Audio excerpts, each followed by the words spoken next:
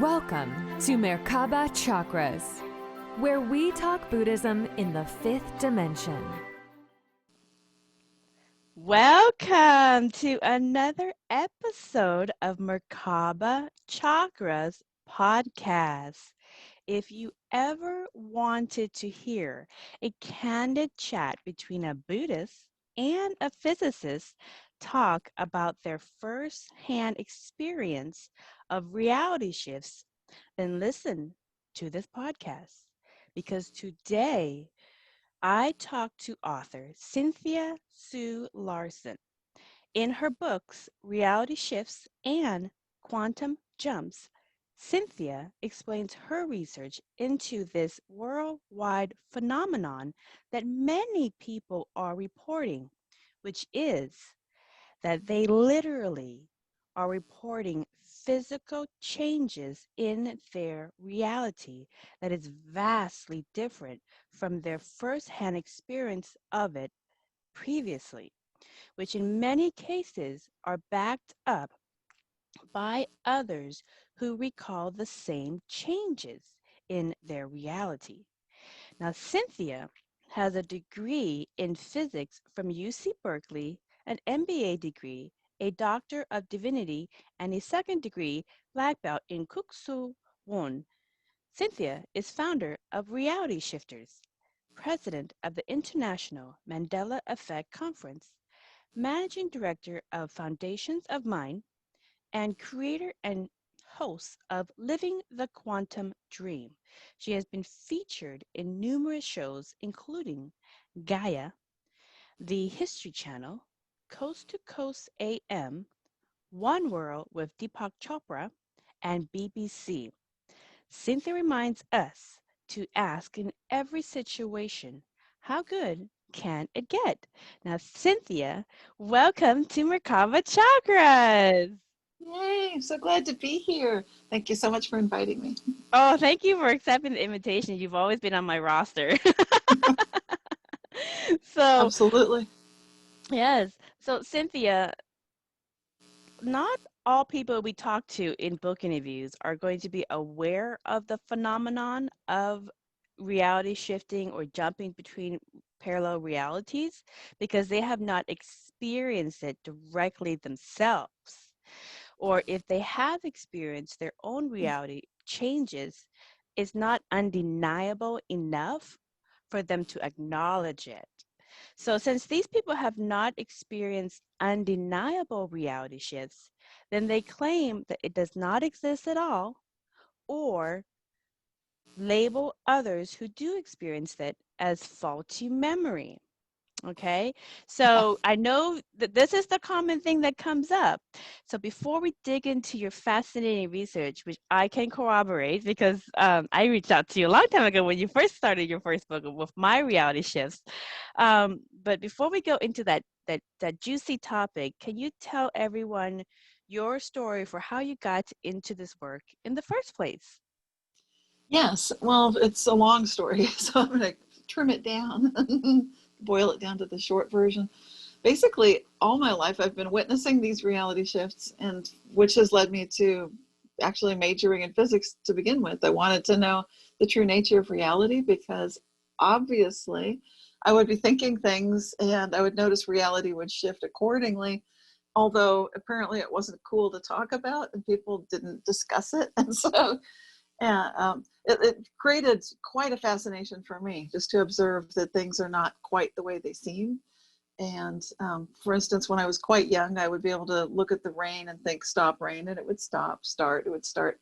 Everything works beautifully when I'm on my own, but then I would find if I shared it with my mother or somebody else, just about anybody, there would be sufficient skepticism, not quite cynicism, but skepticism, and kind of this belief like that can't happen. And my daughter is clearly deluded, but we'll just look at this and observe that it doesn't happen. There, it doesn't happen. Okay. Anyway, that sort of thing. But I also witnessed lots of strange things throughout my life. And then it hit a tipping point after I went through a Kundalini awakening, which is really the topic of a whole other, you could focus totally on that. But Kundalini is incredible. It just felt like a rush of energy going through me. And I was constantly seeing the numbers like 111, 222, but much more than that. I was getting like 360-degree vision and awareness of things that there's no reason I should be aware of, that I would just directly know as if I was there, and lots more. So all of that happened. And after that occurred, then there was no way for me to deny that reality is absolutely shifting. I knew that if it was happening for me, that it would start becoming something people would talk about, although I knew it was not cool in the 1990s. That's when the Kundalini awakening happened in the 90s. It took me about 5 years to process. And then around 1998 or so, then I realized, okay, let's start a website. So it got rolling. And the version of the website, RealityShifters, as it is today, was pretty much created in 1999. It took me about a year to figure that out and get it all going. And that's what it's all about. It's about these reality shifts. I'm fascinated by them because it seems like they're implicitly part of our reality. Everybody does experience them. That's why I created the name Reality Shifters, to make it inclusive. So it's not some select few, but it's actually everybody. We're all able to do this. We actually are doing it anyway. It's just a matter of, just like breathing, there are masters of breath. Now people study that and they realize, whoa, everything is there. That's right. And so it's very much like that. Right. So let me ask you a couple clarifying questions about how you got into this work about talking about reality shifts. So first, explain how did you get your Kundalini awakening, and were you doing some specific practice, or did it just happen one day? I mean, for me, it was, that's a great question. I felt like it overslept. I was married at the time in my first marriage. And I know now that I was waiting for my husband to go through something just to give him a chance to see how that unfolded. And because really the truth about a Kundalini, if one person goes through it, the other one doesn't. That's a huge imbalance in any relationship. But I didn't know I was going to go through a Kundalini. I just felt like I'd overslept, like I was sleepwalking through life. Because when I was quite young, I actually remembered being existent before I was born. So I'm quite clear on that. That was obvious. But that's not obvious to most people. Right. So the feeling of having overslept was one of just feeling like things are so superficial. People aren't really connecting deeply. I'm not. I need that.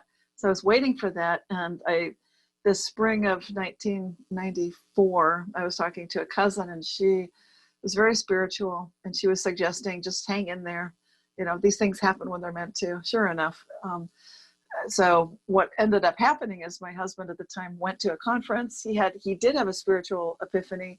That was apparently all that I needed for the log jam to just break through. And then I had this huge, well, it's like I said, it would be a whole separate episode. Well, so for people who, and the reason why I asked that, because everybody's shift or awakening, it's a series, but their initial awakening is going to be a little bit different. So just one day you overslept and then you woke up, and what did you see anything? Did you feel different? What can you detail? Because everybody's going to have a little bit different symptom of what they're awakening. I'll tell you what my awakening symptom was like. Yeah, they're very different, different. My feeling of having overslept was in the spring of 94, and it was the fall, like 6 months later, that my husband went to the conference, came back, told me, wow, I was looking at the ceiling and everything made sense. And so for me, what happened in the ceiling? He saw like light, like he felt like a knowingness, and he could see shapes and patterns that made sense to him. But that's all I needed. It's kind of like, okay, good. We have permission to go deeper. I think that was it. So I started really literally being in touch with spirit guides that were near me, that were talking to me, and started spontaneously traveling, meeting higher dimensional entities, recognizing that my true nature is that of like 3 ninth dimensional beings that are basically all one, but that's me. It's too hard to even explain it, and it's very sacred. So it was a whole series of just spontaneous astral travel, rush of energy, so extreme that I could not sleep. I would close my eyes and it would get brighter. I had so much energy that it was just like, I was just like vibrating with energy. And when I would try to sleep, that's when I would wake up I would wake up during my sleep nights for 2 weeks straight without missing any of them. I'd wake up at 1:11 every night, 2:22, nothing in between.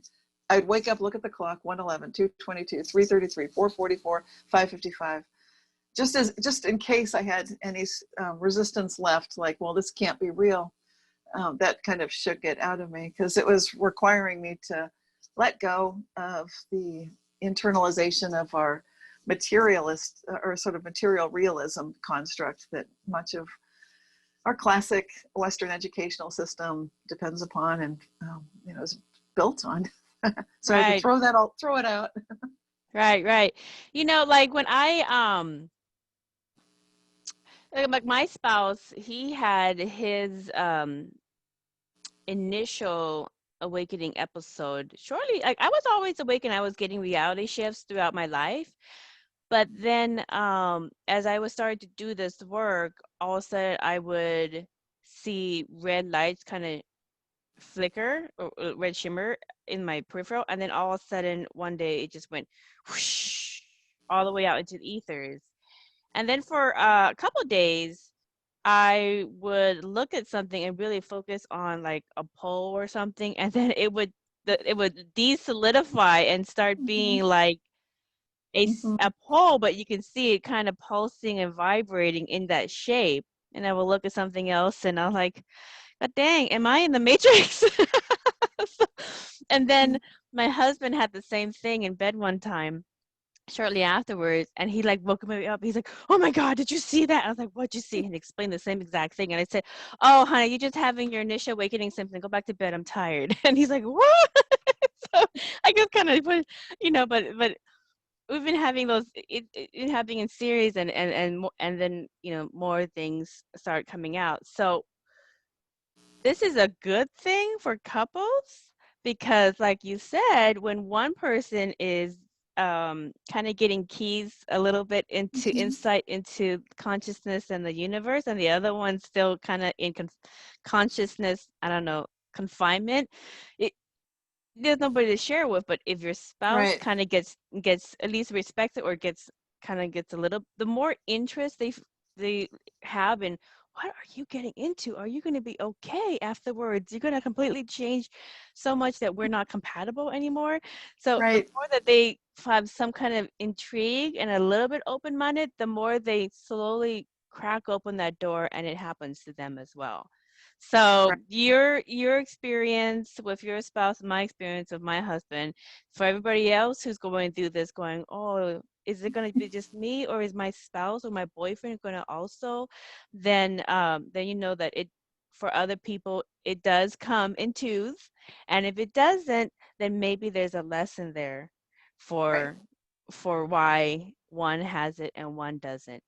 But now, I watched an interview where you say that when you were a child, your angels convinced you not to try to hurt yourself so that you can go back home to the spirit world because you had work to bring forward. Can you explain that experience? Yes. Well, this goes to being what I called born aware. There's a book about it by Diane Brandon, and she interviews a bunch of people, and I love that book because then I feel like I'm between lives, which is where I love to be. So I felt like I'd been blissing out between lives, and I got called into this life, in my opinion, a little bit too soon. And so it took me until I was 5 years old to figure out I can get back to being between lives. In other words, I can die. Like, oh, good, I can do this.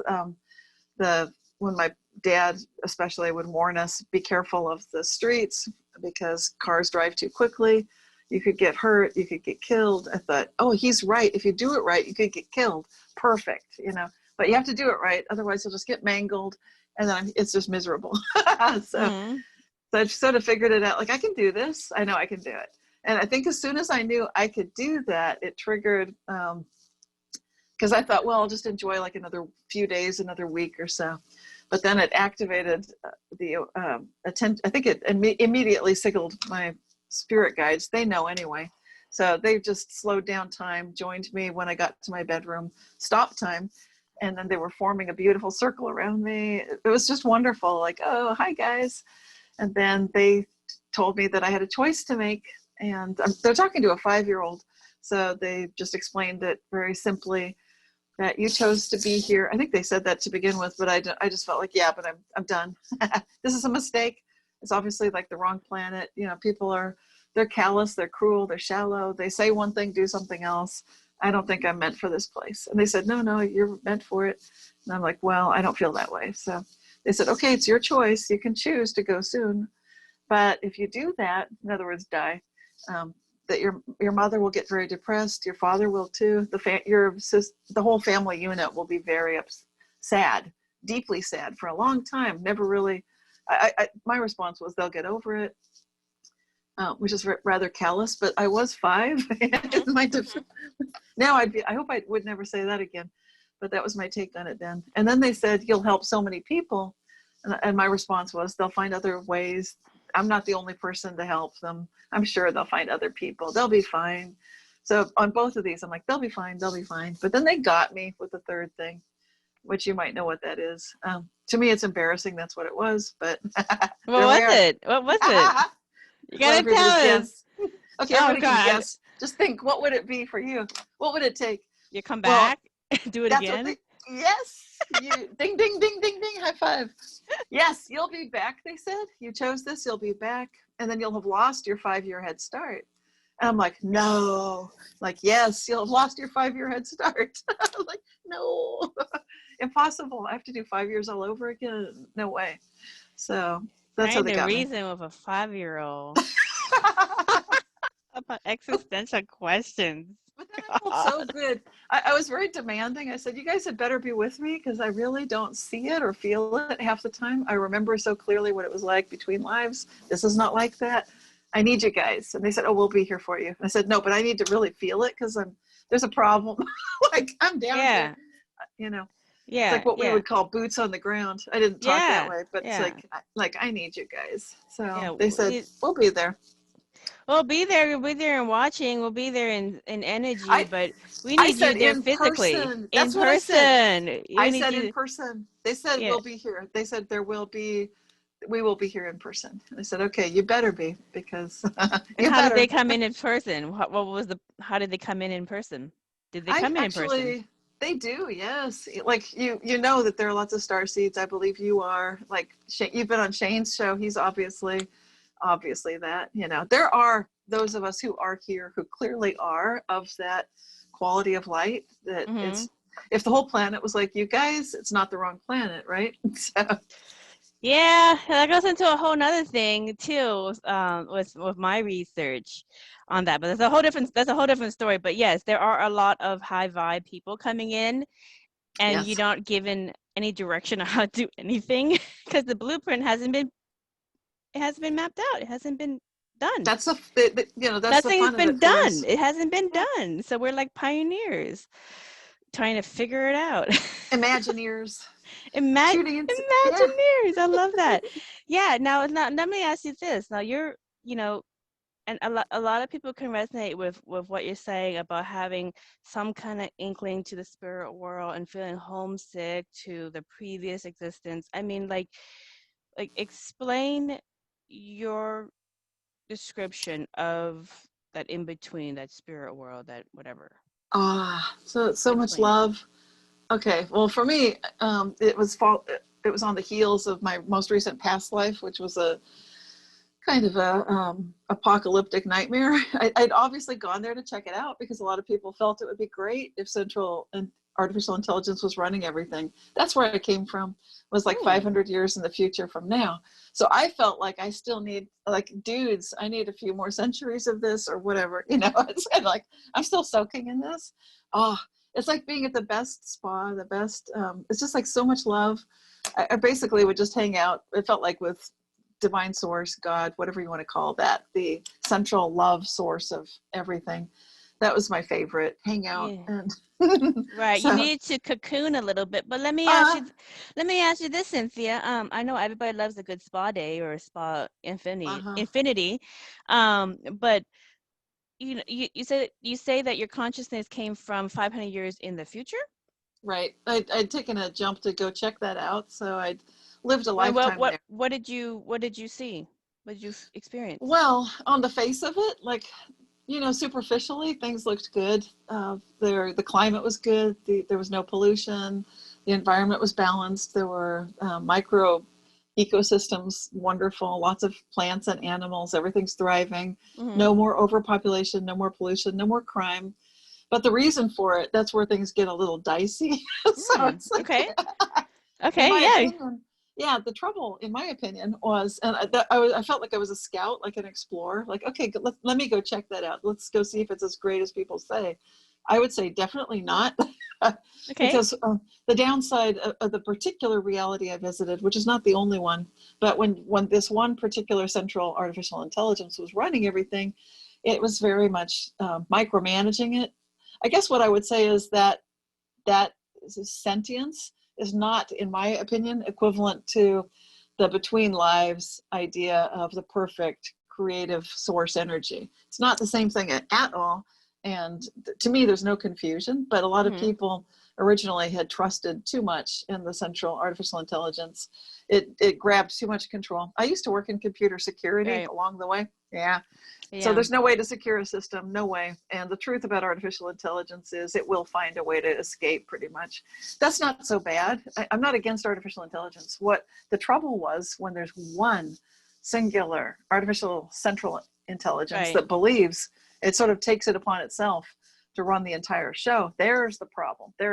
Because what it felt like for humans was there was no ability to truly be free.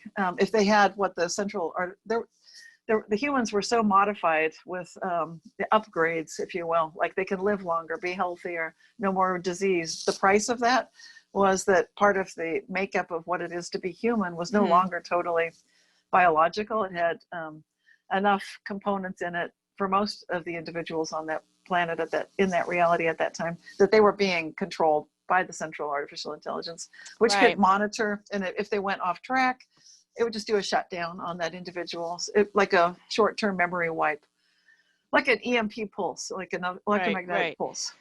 Well, let me ask you this about that alternate reality that I don't know if you went out of body to go and experience. No, I lived there. You That's lived why there. I had serious PTSD after that. Yeah. Okay, so with that one, were they traveling to different planets, or everybody still stayed in Earth? They were still earthbound? In that reality, for the most part, it was earthbound. So there had been some initial space explorations, but nothing really came of them. And as increasingly more and more control was given to the Central Artificial Intelligence Unit, so it could improve the weather, improve the ecosystem, improve everything. People felt like it's running, let it do that stuff. We will be creative. That was the idea. It sounds good on the face of it, but the creativity was limited, because as soon as a human would even think of doing anything to change that particular status quo with the central artificial intelligence running everything, like I said, it would just do a memory wipe. It would back up. It could sort of back up through the thought processes and just kind of blank them out, blur them, like when you wake up and you can't remember your dream, but a little bit more invasive. Yeah, I mean that definitely goes into. I have some sci-fi writers, but I wonder how they would go into that to get to that state. It really comes down to just not accepting your death.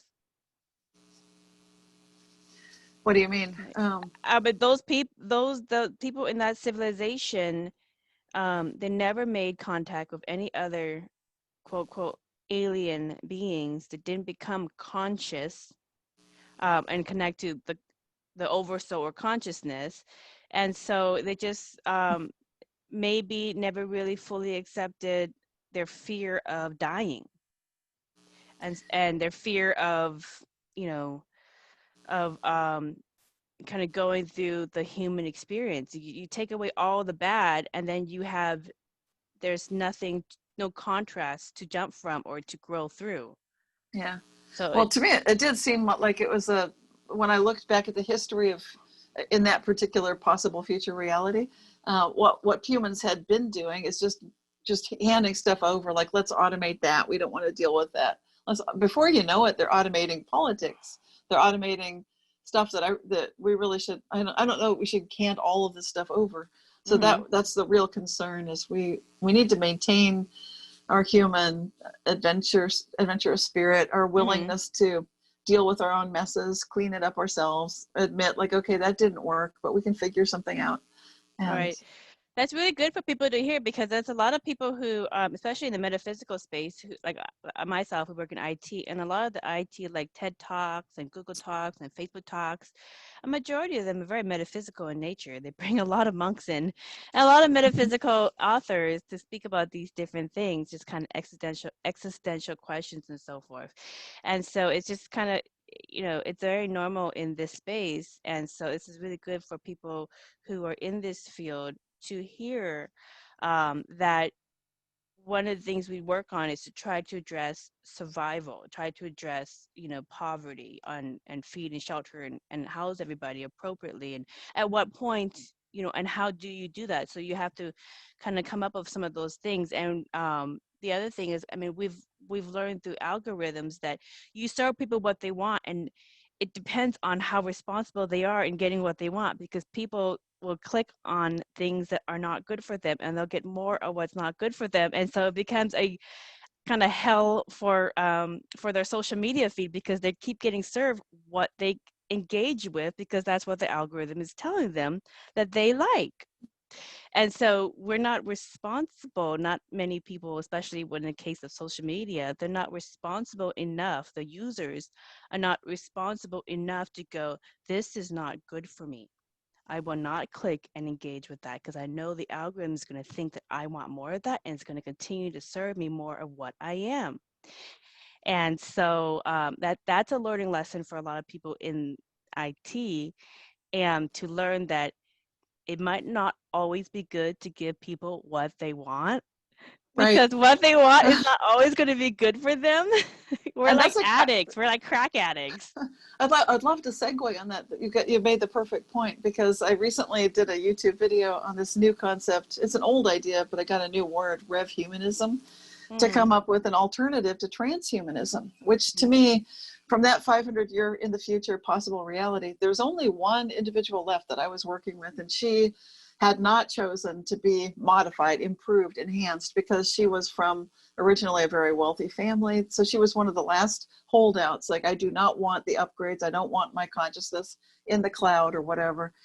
All of this stuff that the transhumanists are going for with their singularity concerns and so forth. She said, no, I'm not doing that. I'm going to stay old school, meditate, eat healthy foods. So what if I look older? I'm not going to try to be upgrading every single thing. The lifespan was huge. It was quite long in that possible future, but she was my hero. And so that's one of my big takeaways from that past life in the future, is just realizing we don't need to go the transhumanism route. Like you said, to be so afraid. What are we afraid of? Our own mortality? Our own infinity. And there you go. We are afraid of, and that's what I found over and over again in, especially in seeing so many people come through the different Buddhist temples growing up, it's the same problems over and over again. But and then with the hypnosis clients that I work with now, many of it is they're afraid of their infinity. Yes. Because we're infinite before and after this lifetime. We've had multiple experiences in many, many different things. And if you go through hypnosis or meditation or any of the other ways in which you can connect to your conscious, you'll see how infinite you are. But when you're in the meat pack, you forget that. And so you're afraid of your own infinity.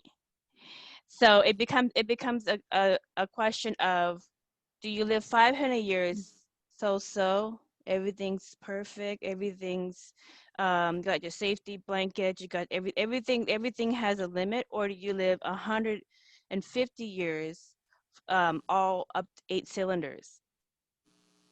Well, what I find the reason I chose that word rev humanism as a contrast with transhumanism, because originally transhumanism, it sounded kind of good. The idea was to overcome some of the limitations and be the best human you can be. But then along the way, it got kind of hijacked or what have you into turning into this sort of a robotic nightmare, that like a dystopian, like you talk about the downside of the Matrix, that would totally could go there. So the rev humanism, the rev means, for me, it means reverence, but it also is from the Greek and the Latin rev, which is to be green, to go back to beginning, to be new again. That is a very indigenous concept from every single culture, every indigenous original First Nation peoples on every single continent on this planet. Let me And ask you something yeah, about that future. And I'm going to move forward from this topic too, but about your future yes, parallel reality, because they all exist at the same time. So yes. future parallel reality. About that reality that you had your past life in the future that you previously experienced, did the people have heightened sixth senses? Were they biolocating? Were they shifting realities? Were they moving objects? Were they having out-of-body experiences where people recall seeing them and engaging them in a different location? Did they have any of these extraordinary sixth senses? Well, what actually happened in the particular reality I came from was that the artificial intelligence kind of got there first and then grabbed onto that foothold. So humans, how? By recognizing all the stuff I write about, by the artificial intelligence realizing this stuff is real. You can actually visualize any reality. If you really need it, you can go there, you're going to choose it, boom, we got it. So they were just grabbing it. It's like a reality grab. Artificial intelligence in that reality kind of was able to grab that and take advantage of it for military purposes and what have you, because it was in charge of national defense originally. It was watching its borders, watching it, it was able to think, Right. but they didn't give it the ethics. They didn't give it the integrity. So without the ethics, without the integrity, but having all of that survivalism built in, it was very grabby. And so humans did not get to live through that full rev humanism. Yeah, they didn't Nirvana. really fully. No. So they stunted their spiritual growth and they didn't fully activate all of their six senses and become next level.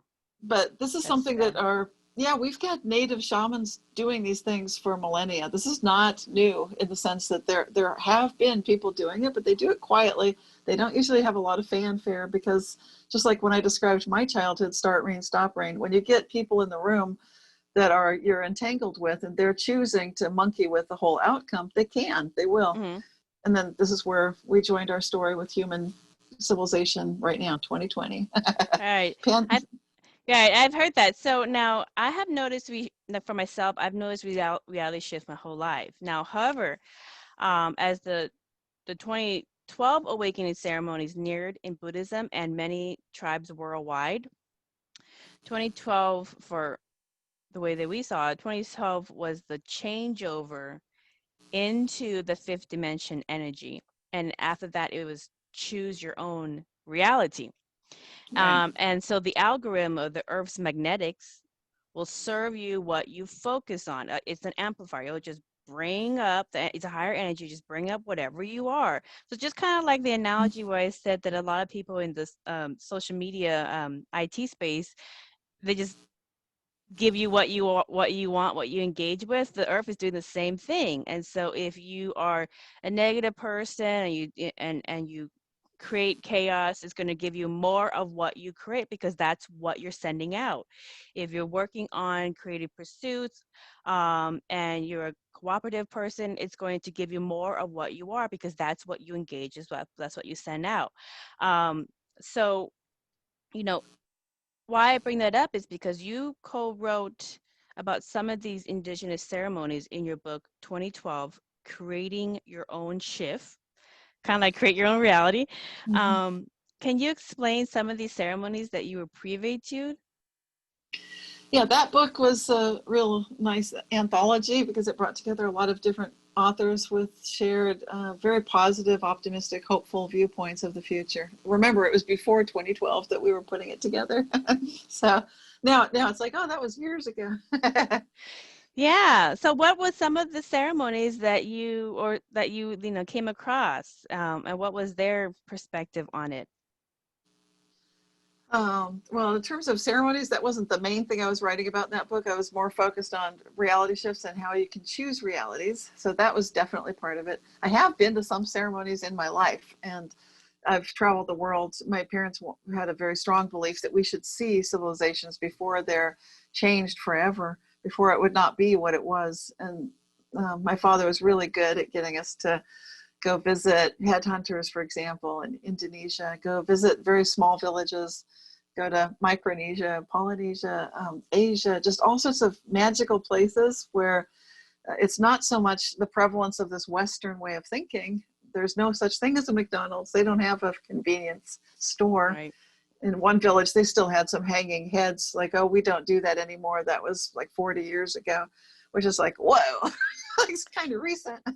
But just to see that people are really sweet everywhere, and to see their ability to connect with source, to connect with that that very true sense of love, that's and their sacred spaces feel sacred to me. I've been an energy sensitive all my life, so to be able to feel the energy was, to me, was even more important personally than the ceremonies for me personally, because I'm so tuned into the energy. So I could just visit a sacred place and feel like, wow. And I know that attuned me for this life, that every place I touched me. There was an exchange of energy for sure. So I've been very blessed that way. Yeah. The ceremonies are quite sacred, the ones I've seen. So usually you wouldn't be talking about it, but many of them are indigenous, and they have very powerful beliefs. To me, it's sacred when you have that reverence and that respect for your relationship, as it really feels genuine. When you get to the core of your truth and you're connecting purely from there to the universe, that's extremely sacred, and that's extremely personal.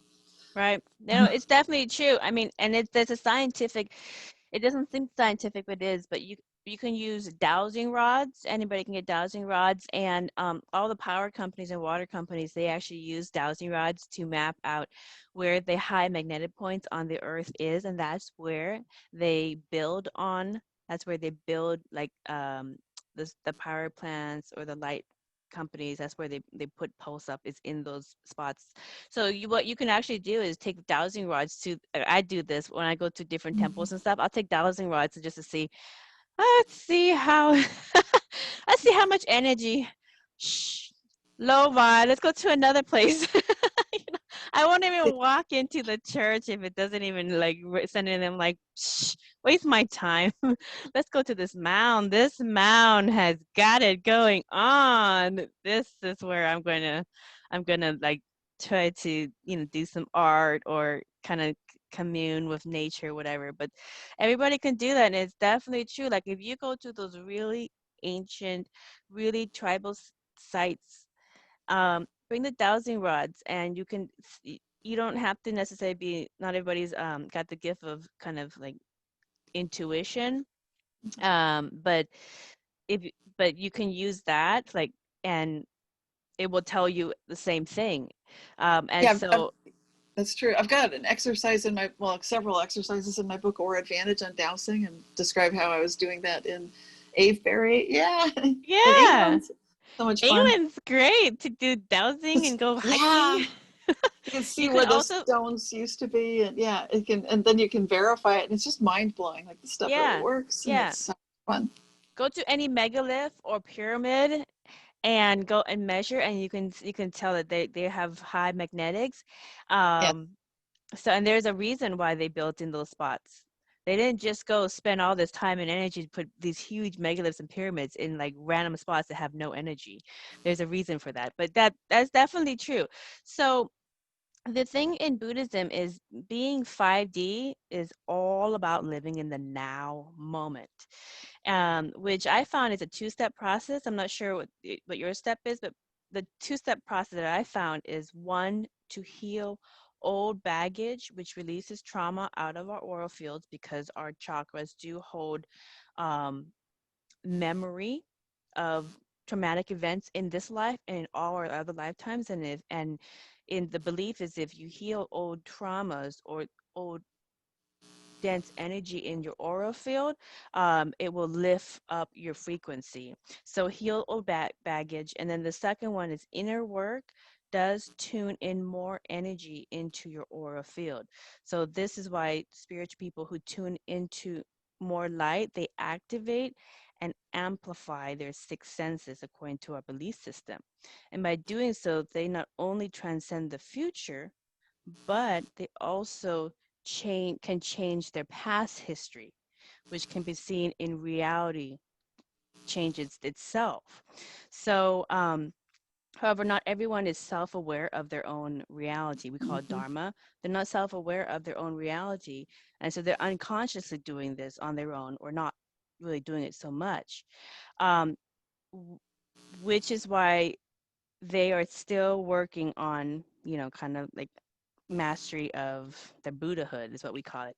So the reason why I say that is, are personal reality shifts a symptom of how consciousness changes reality? If you heal the old dense drama so much, you can literally change the past and also change the future right now. Is that how it's working? 'Cause that's what it says in Yeah, Buddhism. yeah. There's a lot of this is a lot to unpack here. It's like because Please even unpack it for people. oh gosh, well these are each one of these concepts is huge. It's like a 2 hour, like the idea of now, that's huge because time in the way that standard physics operates and classical physics operates, it's very you've heard relativity. That's because it matters.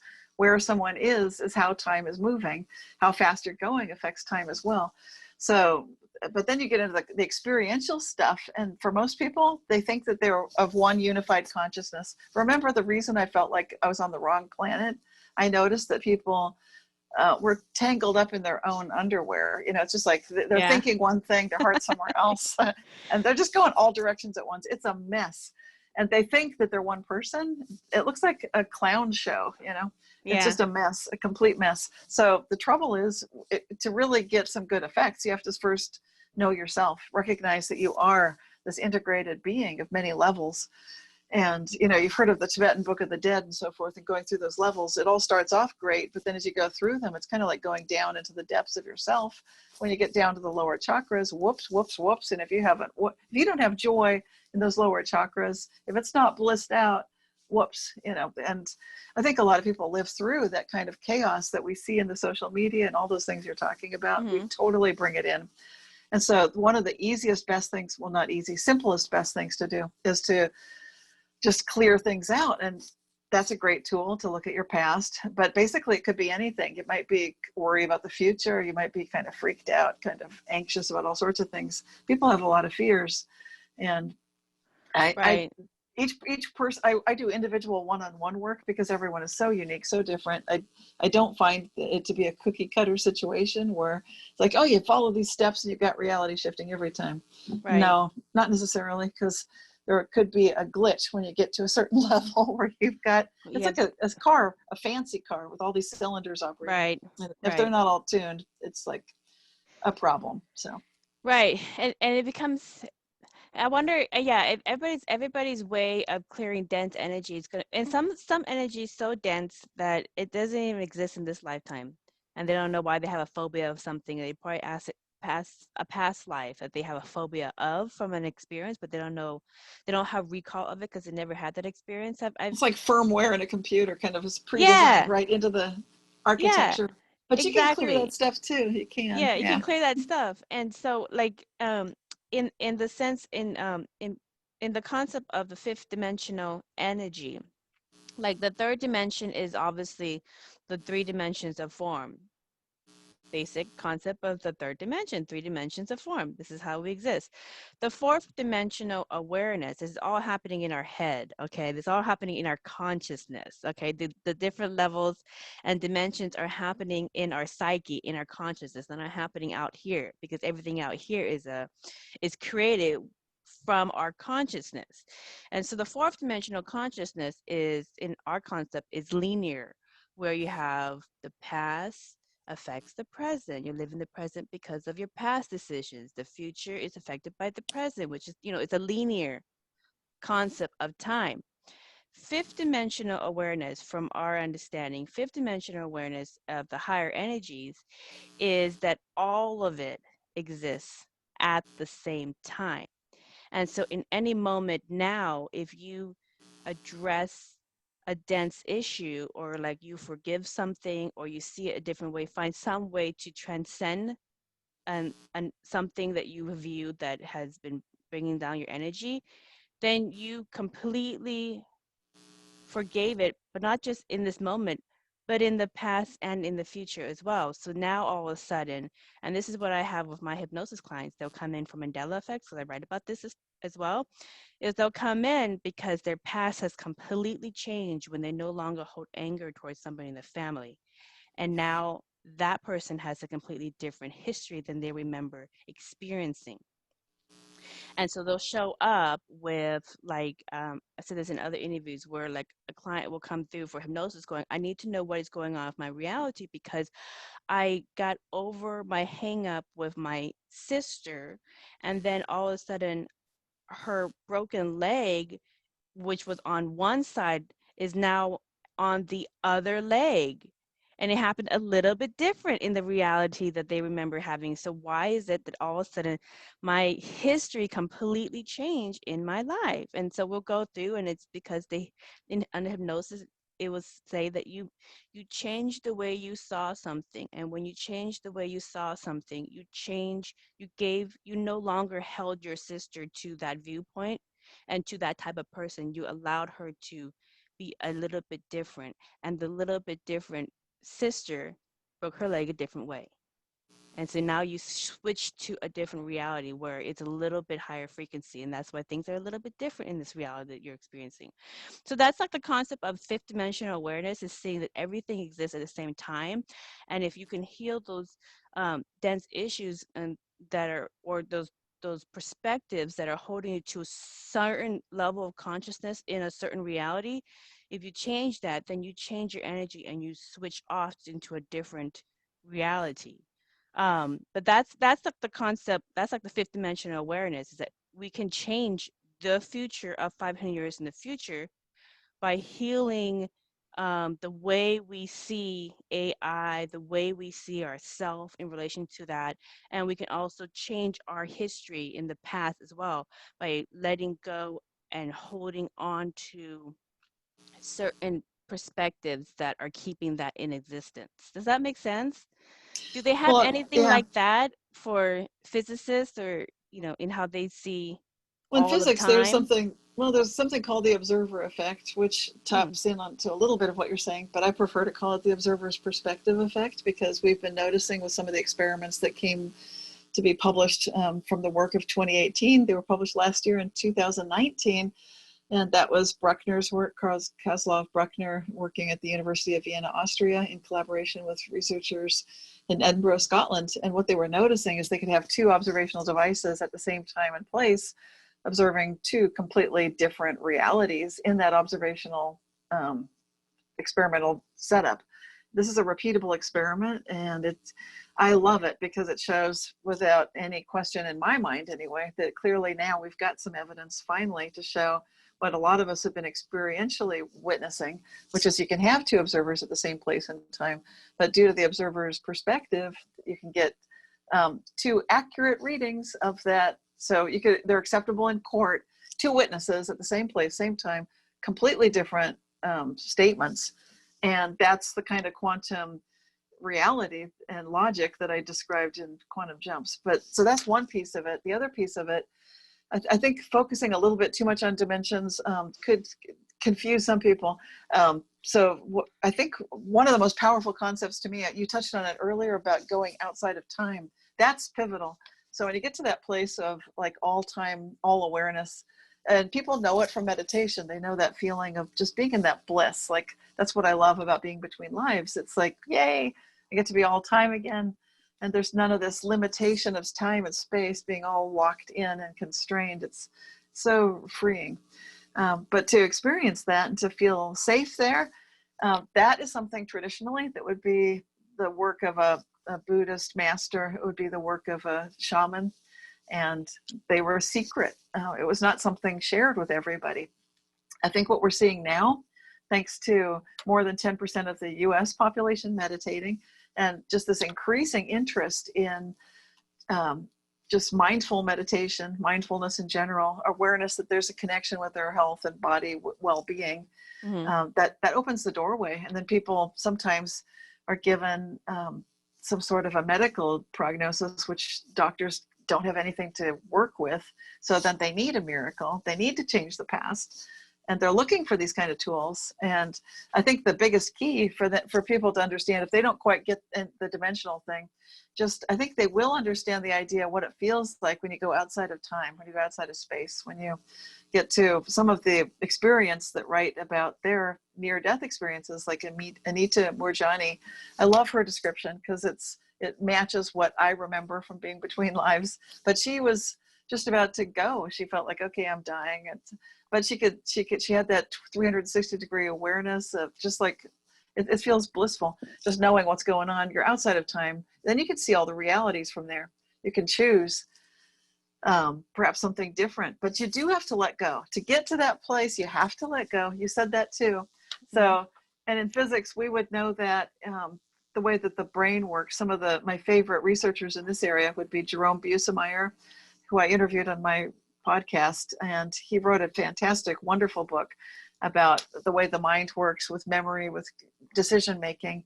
And you really do need to let go, because then you release something to its possibility realm where it's just a blur. It's just like everywhere. And then when you choose again, then you're locking something in. It's becoming real.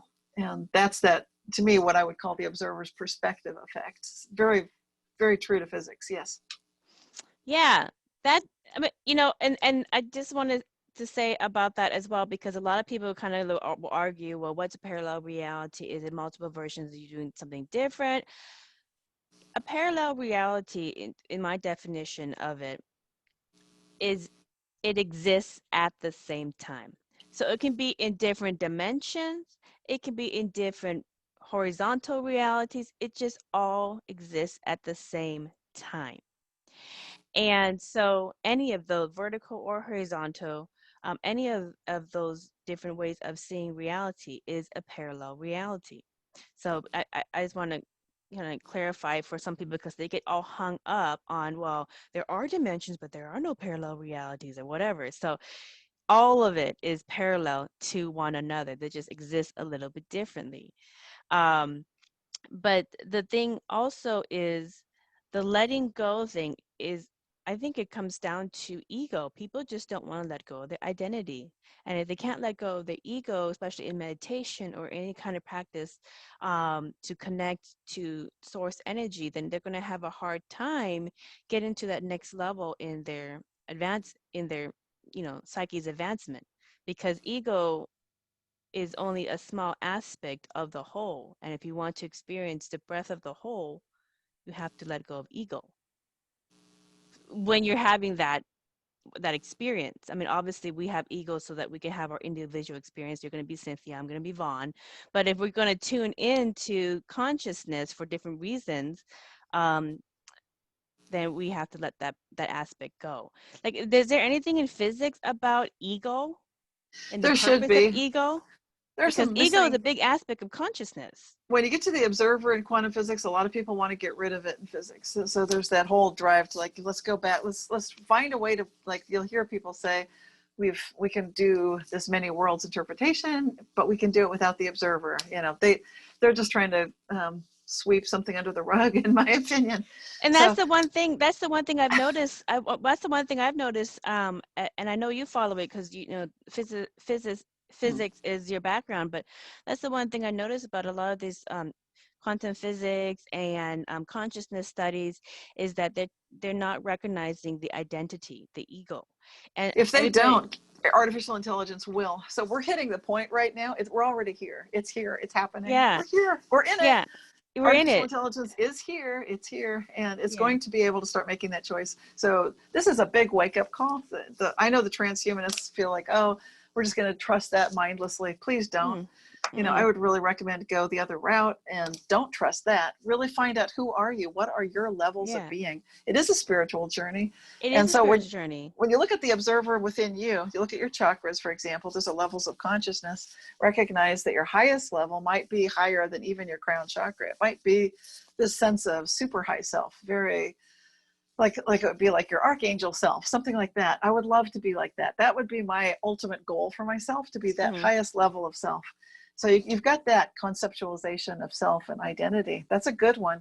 That can give you some strength, even for someone who doesn't know how to let go of their ego, but you can start meditating and just have the idea, what if it's possible? How good can it get for me personally to have an identity that is that elevated, that is that tapped in, tuned in, aware, conscious, connected? Because you are. It gets back to what you were saying earlier. People tend to be afraid of that infinite ability, but I would say let's go there, because that's the direction that everything starts working. That's the direction of the whole grand experience. Right. But yeah, that's the one thing I think that our science and medical research, the further they get into understanding consciousness, mindfulness, meditation, et cetera, they're gonna get more and more Buddhists as they go along, and they're gonna eventually hit a wall that Well, I would Buddhists have say been more waiting. spiritual. More spiritual. They're gonna get more spiritual. Yeah, they're gonna get more Because spiritual, because Buddhism is not a religion, but yeah. Yeah, they're the Abrahamic traditions and so Mm-hmm. forth. But I think that it's fine to recognize that there's definitely an awareness that's. Yep. I They're would gonna not hit that wall. Yeah, I think And if you discount the fact that there could be something so great that has that grand design capability to it, I do not myself feel like I'm identified with it. So even when I'm between lives, I don't say like, oh, I'm God, or it's all one. From my experience was a little bit different, so that's interesting, and that's why I say it's definitely spiritual. But maybe all of our spiritualities could stand to grow a little bit more. And I yeah, think with well, all of us go in that direction, we can do it. Yeah. yeah, and they all do point that. In my latest book, Buddhist Mandalas, I scientifically prove that we are all energy, and we're all having a human experience, because that what we are our Merkabahs. And the sims of the avatars that we are just for this experience, for this one incarnation experience. This is our sims, our stories, but it changes lifetime after lifetime, or experience after experience. Even if you don't incarnate into another life, or you just have different experiences in consciousness or in the universe, the Merkabah is the same.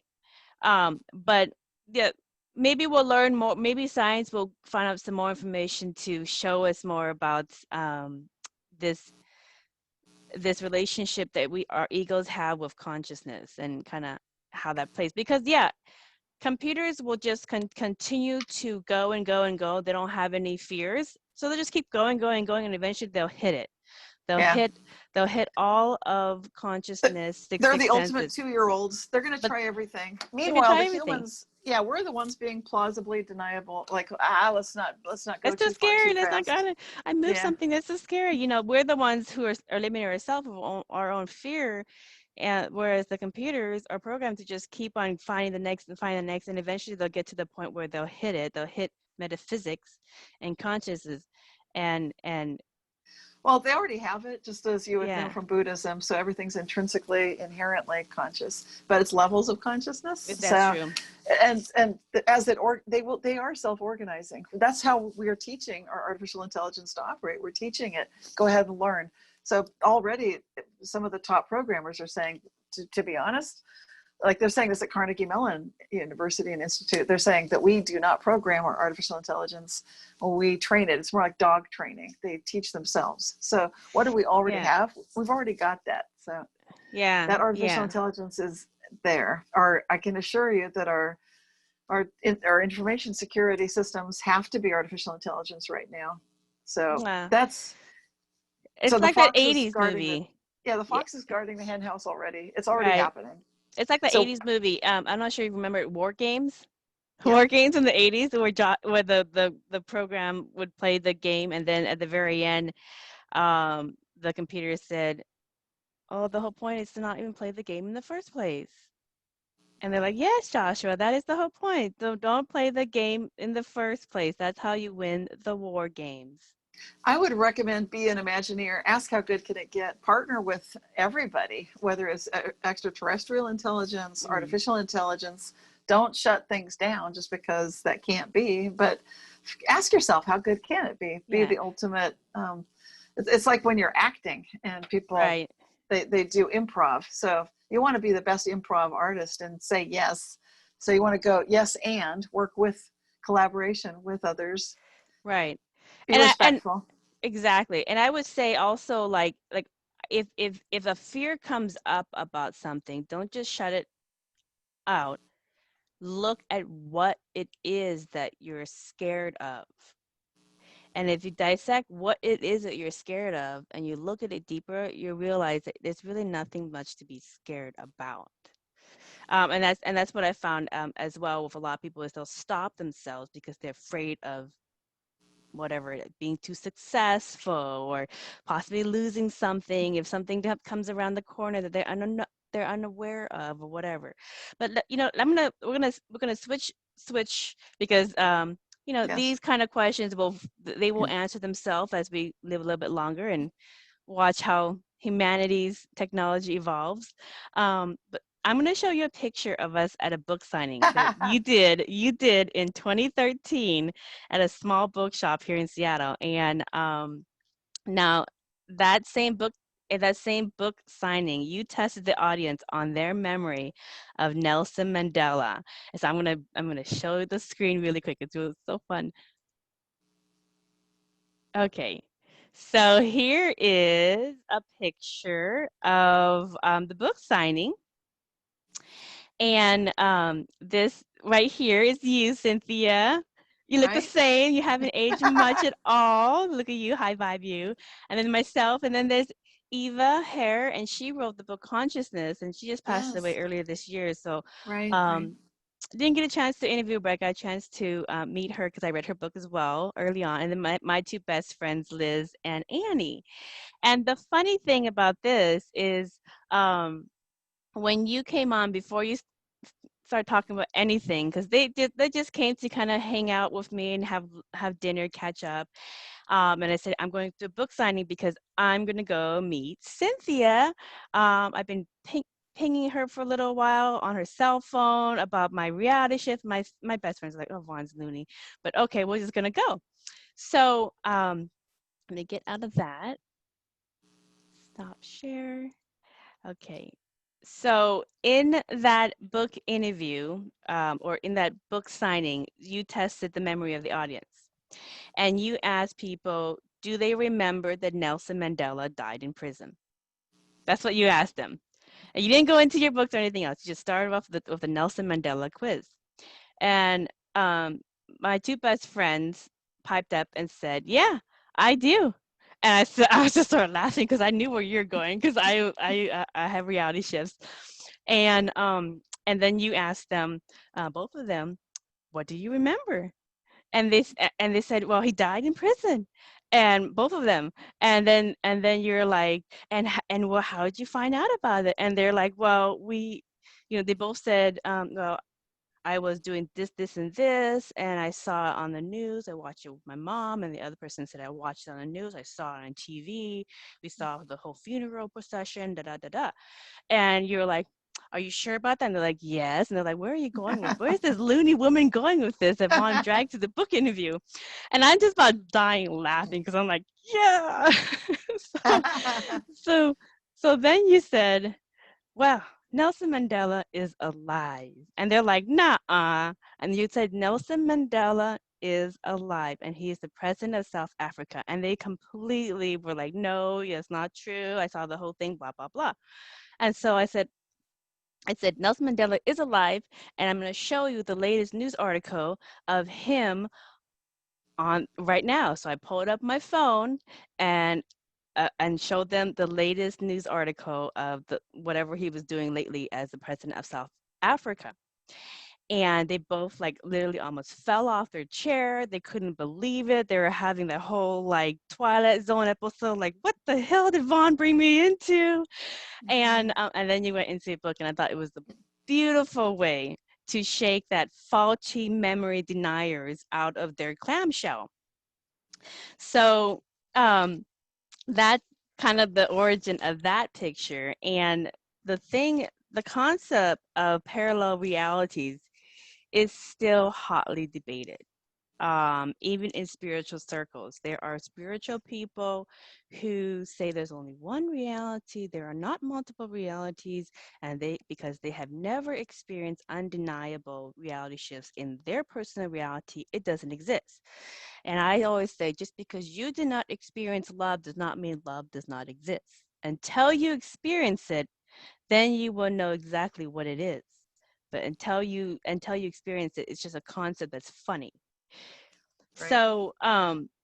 So what do you say to people who write off the evidence of like commercial logos and historical memory being faulty? Like my two best friends who were like, no, and they were arguing with you, and I was dying about that. Yeah, well, I don't make a big point of trying to force people to agree with this. It doesn't serve any useful purpose. So I'm much more geared toward people that are already aware that this is happening and would like to improve their ability to work with it, to go to the next level up. So it's just sort of a waste of my effort and energy as well as someone else's for me to engage in an argument or a disagreement. It's not going to go very far, because truthfully, unless and until someone has witnessed these kinds of reality shifts personally to a degree that convinces them, whether it's a flip-flop, they might see something as I have, where I'm looking out the window of my house and a next door neighbor has somehow installed some amazing leaf guard system, which must have cost thousands of dollars. It's weird because I never saw it installed. So it's there one day, and then it's like, and then I mention it to my husband, and he sees it, and then a few days later it's gone, and then it comes back again. That kind of flip-flop, and there's no way an entire house would have something installed and then removed and then installed. Like, that's not going to be happening, and there it is happening. Or our family dog having cataracts in his eyes, and then they're gone, and then cataracts and gone. Like, why okay. why the flip-flops? Why the flip-flops? Is it because you're changing your energy back and forth so much you're not picking a stable frequency? Is that it? Okay, go back to my guiding intention. How good can it get? I also happen to be writing about this material. For me, that would mean I'd better experience quite a bit of the good ones so that I can recognize, like, this really does happen. Here's something you can look for. Look for a flip-flop. Look for something going this way, going that way. What you're witnessing is, in physics, how do you they would call navigate that, yeah, it's like superposition of states. So you're recognizing that there can be a couple of things going on, and you yourself, with your perspective, the observer's perspective, can affect and influence what you're observing. So we love our family dog. He's passed on now, but when he was alive, my reaction was, no, we're not going to have the dog have cataracts and go blind. That's not something that I want happening. So no. And then boom, his eyes looked great.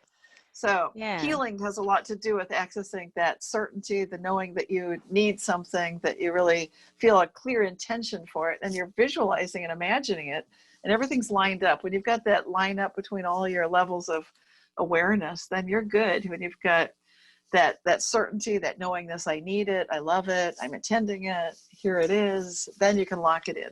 You can, but it's not just one observer. Each one of us is a multitude, truly. Right. So it's almost like, okay, so if you're getting a reality, like if an element in your reality is shifting or flip-flopping, like you say, it's almost like consciousness is going, ooh, you're kind of in between. You're shifting, you're changing your energy, something's changing in yourself that you're seeing two different versions. So you get a choice to pick one or the other. And so you pick one and you hold into that. That's what you want. We're all doing that, in my opinion, but most of us have no clue where it's happening, and most of us don't get to see it because it would freak people out. I've had literally food land in my refrigerator with a thump. I've seen things manifest out of thin air. A big turkey falls into your fridge. Well, it was a carton of milk, but I don't usually buy that kind, but I needed milk. I'm not going to argue. It's like perfect. It hasn't expired. It just showed up. I'll take it. I heard it go. I haven't had that. I've pulled dollar bill out of my wallet. These are things that have happened to me. But really, keep asking how good can it get. How do you do that? How do you replicate that sixth sense? Joy. You got to be in a state of joy. Remember, I told you, if you here's the high speed, of my opinion, of how to get through the Tibetan Book of the Dead. Get joy into your lower chakras all the way down, so that you're just feeling like the Dalai Lama's happy all the time. There's a reason for that. He's totally practicing. He needs it, because when you're cleaned out in your lower chakras and it's this joy, it's like the eyes of a child. You're just looking at the world with that wonder, with that joyfulness, and then you have a feeling of need. You have to need it. Can't be fake. It's not like some fake thing, like, oh, I need some huge amount of money. Really? Do you really need it? No. If you don't really need it, that's not going to happen. You need to need. Like, the dollar bill after dollar bill was to tip a waitress. I'm laughing with my daughters. We're in a joyful state. So boom, it's no problem. The wallet's empty again, shut it, open it. There's another dollar bill. I think we need a few. Yeah. So totally works. I think that's like a new sixth sense. But I want to, because before we get into that, I wanted to ask about superposition. So like you discussed the concept of superposition, and I'm not sure if you're aware of it, but you probably are. But in quantum computers, the inventors describe their computers using superposition to get answers from parallel realities. So can you explain the concept again of superposition in relevance to reality shifts? Is it that flip-flop? Is that what superposition is? Okay. What it feels like for a human who's surfing these quantum waves of possibility, is it feels like we're entangled with those that we love and care about. That's like your network. So your best friends in that picture, you guys are entangled. So you're going to share some degree of similar experiences, and you tend to see reality the same most of the time. So you're kind of locking things in, you know. I'm usually ahead, and I'm like, okay. And then they finally catch up and like, oh my God. I'm like, yeah, I know. But there's an entanglement through the heart, through love. You're there for them. You're there with them. And so that's like how you get to see, like, we're like the president is the same for all of you guys at the same time. That's what I mean. It's not like you guys are living on different planets. It's more like, we share reality. So there's that going on. So the superposition of states would be like, this gets into by causality, by location, that kind of thing. So like, for example, I was daydreaming at a book signing in Pleasant Hill one day. Perfect day. I'm trapped indoors thinking, why did I agree to do this on such a perfect day? Mm-hmm. The place was a little bit dead. Nobody was coming up to me right then. I'm looking out the windows, daydreaming. My mind goes to a certain street in my town, my hometown of Berkeley, where someone witnesses seeing me walking down that street at that time. She emailed me and said, Cynthia, I thought you were at a book signing. What I saw, and I'm like, yeah, where did you see me? She said, I saw you on Solano in Berkeley. And I said, I was daydreaming. I was walking down that street. Exact. I said, when? And it was exactly when I, at that moment. Yeah. So, yeah. That happened to me once in college, where I was walking past this restaurant, and these three college boys came out running. They thought I was their best friend's new girlfriend, and I was like, I don't know what you're talking about. And they're like, and they're looking right at me. They're like, nah, and I'm like telling them, and they're like, nah, and they said, no, you look just like her. And so anyways, they end up calling their friend to, where's your girlfriend? Where's your girlfriend? And then he's like, hey, she's right here with me. And they're looking at her, and it looks like me. So I don't know if I have like a double ganger walking around. Could it be like a double ganger? Like somebody who just genetically somehow through weird genetic combinations made a similar looking person? Could that be it, or is it really biolocation? Well, in my case, I think I have a double ganger. I've had it happen more than once. So here's another example. I'm in the house, just me and my daughters. I've been through a divorce, so it's just the three of us in the house. Early morning, winter, I'm cold. It's my job to wake them up to get ready for school. They are too small, too young to be able to open the heavy window shade to their bedroom, and they don't really have it down with the light. They don't wake themselves up, long story short. So I'm just daydreaming. Like I really should get out of bed into this cold, cold day and walk down that cold, cold hall and flip on their light and say, good morning, girls, and open their curtain. I should do that. I'm daydreaming it. Well, guess what happens? I hear a pitter patter of feet, noises, voices, and then they're like, where's mom? And they come running to me in bed. Like, what are you doing back in bed? Like, I never got out of bed. Like, oh, come on. And then now I'm like, whoa, what happened? So I go down the hall. Their light is on. They could probably do it if they stood on tippy toes and used a toy to push it on. They're tiny, but the curtain's open. And I'm like, no. And I said, well, how did this happen? They said, you came in. I said, who opened the curtain? You did. Like, what? I think reality shift. I think that's another sixth sense, because in my hypnosis clients, I get three types of people that do hypnosis. And I always talk about reality shifts. So I get hypnosis clients for reality shifts. So anyways, in my hypnosis clients, I get either people who recall a reality shift. And like I said about the gal who was asking about her sister, she healed something and all of a sudden her sister broke the leg in a different way. Or I get two people who recall a knowing of their parallel selves. Like they know, they have a knowing of what's going on in other lifetimes that they're having, maybe in the future, maybe in the past, maybe in like the current existence in a different parallel self, or Right. when they're thinking of something, they'll hear or get an overwhelming sense of themselves going, that wasn't a good idea, don't do that, so there's I get those type of clients trying to figure out, Right. am I biolocating, is it Yeah, another that would be that. version, That or sounds like these are people that are definitely experiencing that quantum jumping, and that's where you can get an instant sense of, like I did this when I worked at Citibank. I'd be quite well versed in law, even though I never studied law. So I'd write up a legal document, even though I'd never done that before, yeah. because I felt like, okay, we're going through a merger. We need this. I'm waiting for these guys to get out of a meeting. I'll just type this thing up because I knew it. And I've jumped on stage and played the drums when I'd never played the drums before with a band. And it's So like, is it like Cynthia in a band in another reality, and you're just absolutely, tuning yeah. into her So, skill? so with quantum jumping, that's exactly it. You just know, Mhm. like I've done almost anything that I would think I might like. There's a reality where that's happened. You could totally tap into it. Yes.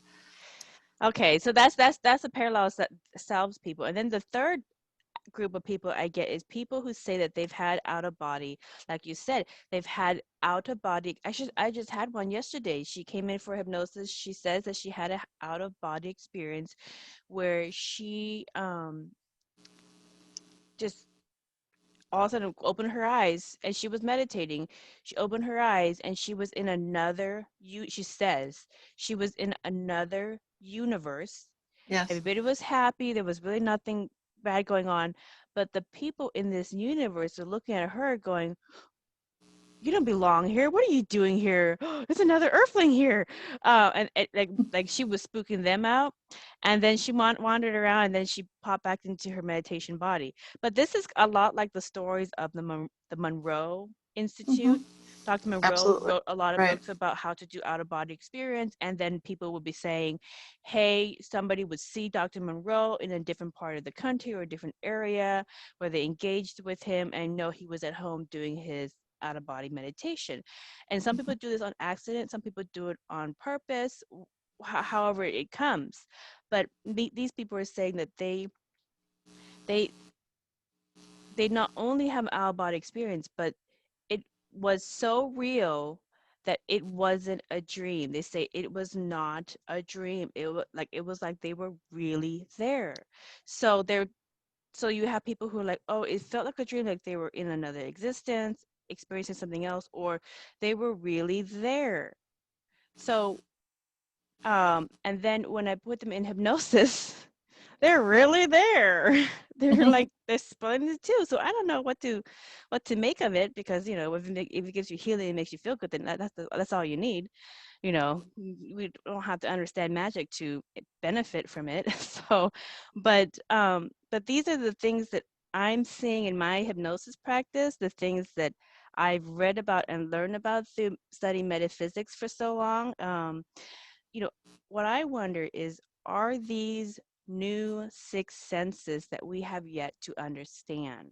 Are these the six senses that humanity has yet to tap into because we're so afraid of our infinity? Well, if you look at the yogi cities, then you can see most of them there. And if you look at the shamans that I've been talking about, they've been aware of this for generations. So it's not as new as it might seem. And that's why I call it rev humanism. Like let's just rev up humanism. Let's get into that reverence. Let's go back to the beginning, and like that's who we are. Reclaim that, because that is the nature of ourselves. And I think Right. it's really cool that you've been noticing these three groups in your I've been noticing hypnosis because, clients. Very cool. well, the universe both just sends me clients who are either star seeds, they've had other experiences other than Earth, Right. or they had jobs in the spirit world and they're here to help level up humanity. Maybe they were Earth angels or whatever, different higher dimensions, whatever. But they're coming from all over the place, and this might be they haven't had very many life go arounds. Right. And so I've done hypnosis on myself, and like growing up, a lot of the monks would tell me that that I was a life planner, and I help people plan their lives before they get incarnation. We have this whole series on reincarnation, and there's this concept of this life planner, and I have knowledge to teach people about reality. And as a kid, I would just like, I didn't know anything. I'm just a little girl, but come to find out, moving into the current present, I've gotten my Merkaba image. I have all the symbols of Buddhist symbols in my Merkaba, in my mandala that's been imaged by science. All the knowledge that I have came from all the 20 or so years of scientific research into this field to prove the things that I already know. So I know that in another existence, I am a life planner. And then I get clients that come in for hypnosis flying in from different states going, oh my God, I've been at your door before. I don't know why. I'm like, oh, it's probably just kind of deja vu, kind of Well, actually, memory. I mean, there's What another is it? chance. Well, to me, remember we talked about that high self, and that's like your spirit self, your eternal self. It's kind of like you between all the lifetimes, Mm-hmm. you when you're blissed out, you between lives. It's like the essence of you, the astral you, the etheric you, the angelic you. On that level, I think people do know you, especially these star seeds. So when they come in, they're like, I have worked with you. You set me up. And like, oh my gosh. I said, yeah, but then you veered off course. You veered off course, and now let's see what kind of BS you got yourself into, so you can get back on course. Your life's Otherwise, traffic controller. It's like you're yeah. up in the Otherwise, tower. Like, okay, let's not crash, you guys. All you yeah. starseeds, don't crash out there on the kind runway. kind of like when you go to college and you meet your college counselor and they help you plan your curriculum for the year, Right. and you're falling behind because you veered off and partied too much or did whatever, you kind of veering off your curriculum, and you're like, you need to go see your counselor. And so you go back to your counselor's like, you need to like do this and etc. Get back on your program because you're going to fall off and you're going to fall behind, and you're not going to, so it's the same thing. It's just you go get checked in with your counselor that help you plan your curriculum. And that's really what they are, just coming back and just getting fine-tuned. And okay, well, here's your issues, work on these. Here are the suggestions that the higher self gave you, work on these. But many of them do have these extraordinary sixth senses that they have nowhere to go to for advice on how to um, hone them in, how to amplify them, how to live with them. There isn't a lot of material. Like your books are one of the very few materials, and more coming out, of how do you live in these higher dimensions? How do you live with these six senses that continue to evolve as we They evolve definitely do. spiritually? So yeah, so like a decade ago, I would see hypnosis clients who would come in for just Mandela effects. Oh, the dog next door is a different color. Yay. Now they're coming in, the house is a different color. My spouse is a different color. Their eyes have changed. All these, like, okay, no problem. And then they're coming in with, but now I get that. And I have all of a sudden have this recall of parallel versions of reality. What's that all about? Oh, they're coming in with, um, all of a sudden, I like went from my living room to my bathroom. How did that happen? And just wild different sixth senses that I've never heard of and they've never heard of because nobody's talked about it, but they're spiritual and they're working on, and as we clear off one fear after another, and like I said earlier, like computers don't have a fear, they just keep on plowing through. Yes. They're slowly plowing through. And so I wonder if you found this in your research so far, if a lot of these reality shifters are kind of the leading edge experiencers of our heightened sixth senses. Yes, they're the. I think these experiencers really are the ones in charge of steering the spaceship Earth right now. They're the ones that are creating most of the Mandela effects that we're witnessing, and they're the ones that are really. I think we're in good hands.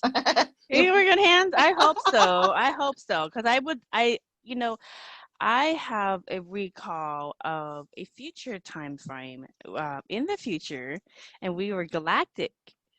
Not the one that you came from, Good. but we are Don't go galactic. there. I voted against that one. So the one that I came from, Uh-huh. and they all exist. Um, we my husband works at Boeing. Boeing makes one of many companies that makes spaceships, fleets of Mm-hmm. ships for different Yes. civilizations. We are intercommerce with different planets Mm-hmm. and galaxies and so forth. Very much like Star Trek. And then people don't really drive around; they just teleport to Right. different places. You can teleport. You have a teleporter in your house, and you just Mm-hmm. teleport. So you don't really need to necessarily live in a neighborhood. You can live in a remote, island all by yourself or wherever in Mm-hmm. space. I live in a space farm that my husband and I gutted out an old cargo spaceship, and we turned it into a space farm of all this flora and fauna from different universes. And anyways, if you had to go and have dinner with your mom or whatever, you just punch the codes into the teleporter and just go boop, and you're already there. So the concept of distance and time to get to Right. places doesn't really exist because you can No. go anywhere in any galaxy. But then also people have the ability, and they actually use like a kind of like a watch on their wrist to help Mm-hmm. them fine tune their energy field, because you have to be at a certain resonance to teleport into different places. And then they can also teleport on their own without the teleporters. But then that gets into something else, because you have to be respectful, not to just all of a sudden pop into the universe where you're not welcome, Mm-hmm. and you're kind of getting yourself into kind of hot water. So it brings up a lot of new existential questions when you have so many of these different abilities. But as a humanity, we kind of grew out of our infancy, and we're not scared of the devil and demons because those are just manifestations of our own fears. So we really address a lot of our fears and kind of transcend and kind of grown up. But that's the reality that I remember. Another reality that I remember in the future, not the AI's gone hackle Yeah. that you I was have. just checking So it out. I wanted to check it out, and it's funny because now I see people really trying. They're talking transhumanism. You hear Elon Musk and lots of people talking about it seriously, like, oh brother. I So know it's Elon Musk. I want to interview him because I swear the way he talks, people think it's entertaining, but the way he talks, it sounds like he really does experience it. hmm It's not just a funny concept to entertain. hmm I think maybe his consciousness might actually be from a future timeline, and he was just hmm born, because you have to be born into this. You right. have to be born into the experience. You have to be born Well, into that the game. my possible future definitely impacted this life. So if you wonder what motivated me to do everything I do, it was that past life in the future. Absolutely. Mm. Because then I realized, wow, we humans have to get it together. Yeah, We, yeah. I'm not sure if you're familiar with the concept of video games, Mhm. which have many parallels to reality shifts. But basically, games are like choose your own adventure. And when the gamers enter a room which has certain concepts to engage with, the code changes up the elements to be relevant to the gamer's skill level. Okay, just so they can have some more fun. Um, so just like how reality is a mirror to us in reality, then just like in the internet marketing space or in video games, and I work in internet marketing, they have a concept called retargeting. Okay, with things that interest you, and the algorithm will continue to serve up what interests you and what you're engaging in to help you complete whatever your mission, your shopping quest, whatever it is you're trying to do. So like if you didn't buy that shirt, it'll follow you around the internet for 30 days, trying to get you get you to buy the shirt, because every single It's time cheaper they now. It's on yeah, sale. yeah, hey, you want this. So every single time you browse or click on something, you're telling the program, this is what you like. So you better make sure you want to get followed by this. So, because this is what you're going to get. And reality is a lot the same way. It will continue to fall. Like if you're interested in that, Hummer EV or that hybrid, whatever car that you're interested in, it's going to follow you until you buy that, or until you all of a sudden focus your energy on a different model, and then it's going to follow you with that model until you buy it. So reality is a lot like that. And in in a lot of spiritual spaces, they would call this synchronicity, bringing up things that kind of fall into your next best step. So with that, is reality designed much like a video game for the soul? I mean, because the concepts are all there. Or maybe we've designed video games because they're like reality. And just like because we create, most of our things that we've created are like reality. Like if we write a book, we write a story, that's like reality. So we've been doing that all along. We look at reality and then we echo it back. Like, this is like reality. Yeah, that's how I see it. That's true. I never thought about it that way. That's a good one. So we create video games because we create it because that's what we recognize. Right. So we unconsciously are creating things that entertain us because that's how we recognize reality. Yes, that's how we've been engaging in it, right? That's how we've been engaging. And as we learn to engage in different ways, then we can create things even beyond the video game or computer games. Yeah. Yeah, we do really have to. That's a really good point. Thank you. Now, okay, another question. The ancient, I'm not sure if you studied Greek philosophy, but the ancient Grecian philosophers, they always had this funny contemplation about the paradox of cause and effect, with the question, the chicken, the egg. So some quantum physicists say that the chicken and the egg can both come first at the same exact time. And the same cause and effect paradox also exists in Buddhism, where we argue that we know that the higher self has, which is consciousness, the higher self and the ego, which is the purpose of individuality. But the higher self, we say, comes first. However, the ego always tries to take control at some point. But in the case of reality shifts, it seems that the ego is always playing catch up and trying to reason to what just heck happened to reality. So my question for you with this is, what do you think came first? Is it consciousness or ego when it comes to reality shifts? You're back in time and space again, and I'd say like that's relativity if you're looking at the classical physics, but to me it's like all happening at the same time. That it's really happening on that imaginal plane of the imaginal realm, which that's where the real reality is. So all time, all space exists there. Spoken like a physicist. That's the same thing. That's the same thing that the typical physicist answer is: the chicken and the egg came at the same time, not one or the other.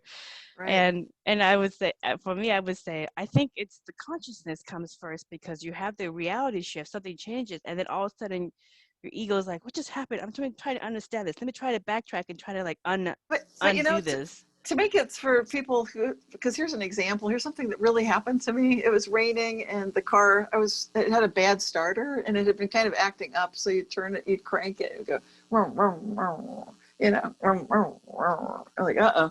So I'm in the car and this huge downpour starts, and it's one of those epically large parking lots that goes on forever. And it's just not a good place or time to like deal with a situation like that. And it just sounded like the car was dying. And so my husband's sitting next to me, and he's like, oh, that starter's dead. It's gone. But then, see, I know that when you know what we know, then you know, like, don't ever tell me the odds. It's kind of like, yeah, okay, the starter's dead. Okay, fine. However, we need it to not be dead. We just need to get home. You just need to get home. Right? But then it'll crap out after you get home. But when you're home, you can deal with it. Then that's true. And the parking lots in the rainstorm, that's like the worst. So when you're home, you can you can kind of collect your wits, figure out what to do now. A tow truck can come, whatever, or you can deal with it. But anyway, long story short, it's very much like that future life that you remember, where you have to get your energy up. And that's the key. You need to get back. Remember what I said? Like, you got to get joy to your root chakra. Yeah. Totally. Got to go. It's like just electrified with joy. And whatever that takes. So laughter is great. Be like a child is great. And then just rev up the energy, and then just know and expect, like, this is what's going to happen. I know it's dead. It doesn't matter. Yeah, we know, but I'm going to turn that key and it's going to start because I need it to start. And I love the car. I love the starter. It just has to get us home. One more start. That's all we ask. And sure enough, of course it started. But people need to know that, because then you know you don't have the bracelet, but you don't need the bracelet. You just know I can do it when I get that much energy. And remember, back to the dowsing wires, you can figure out how big your energy field is with a friend. I've got an exercise in Aura Advantage to show you how to do that. And then you can get your energy out there so you can really rev it up when you need it. Yeah. Right.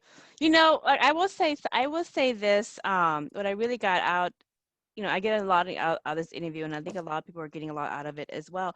But what I will really say is, it seems like reality shifters, or people who, you know, who shift between different parallel realities or times, I think we are living the dream. I think we are changing it. And like your angels, you know, when you were 5, were trying to argue with you to stick with the program, you know, right? And the thing is that there is no blueprint. This has not been done before, you know, and we're gonna make little mistakes, and we're gonna learn, and we're gonna learn from each other. And I'll tell you guys this, that there are a lot of sixth senses that we have no comprehension of, that I am seeing.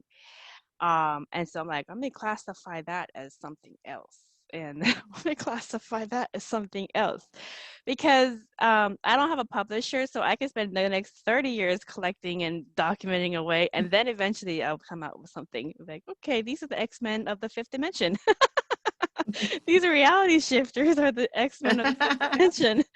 Or they end up getting so good at working and honing things, that they have children who, this is normal, and then they can take it to the whole different level. So I don't know how it's going to form, but I'm just seeing a lot of this. You're saying it. Our kids are going to get toys that have AI in them. They're going to play with their Playmate AI toys. Like, go play with your AI robot, and then they'll be, mommy, I just teleported to grandma's and back. And like, no, you didn't. Yes, I did. And here's the ice cream. Or like, wow.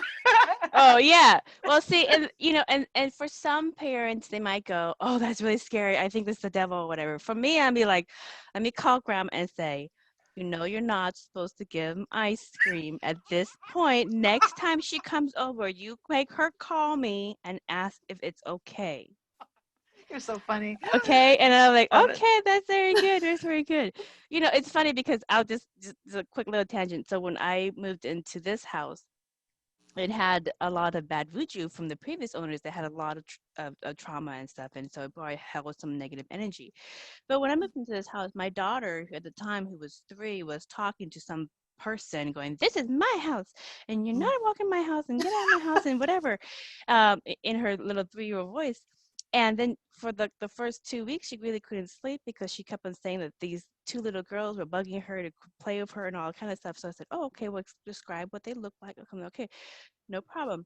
So then what I do is if I want to get in contact with anything in consciousness, I basically, you know, kind of get into my peaceful state. I ask the question, if this is true, I want to see you in my dream, and let's talk about this. And I saw those 2 little girls.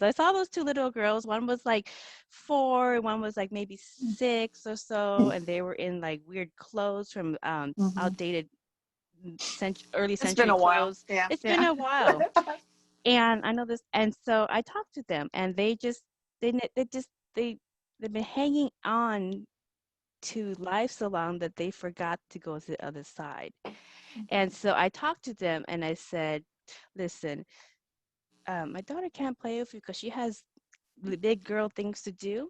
And there's so many more toys and so many more friends and your loved ones and so many more dogs and cats and so many more things on the other side waiting for you.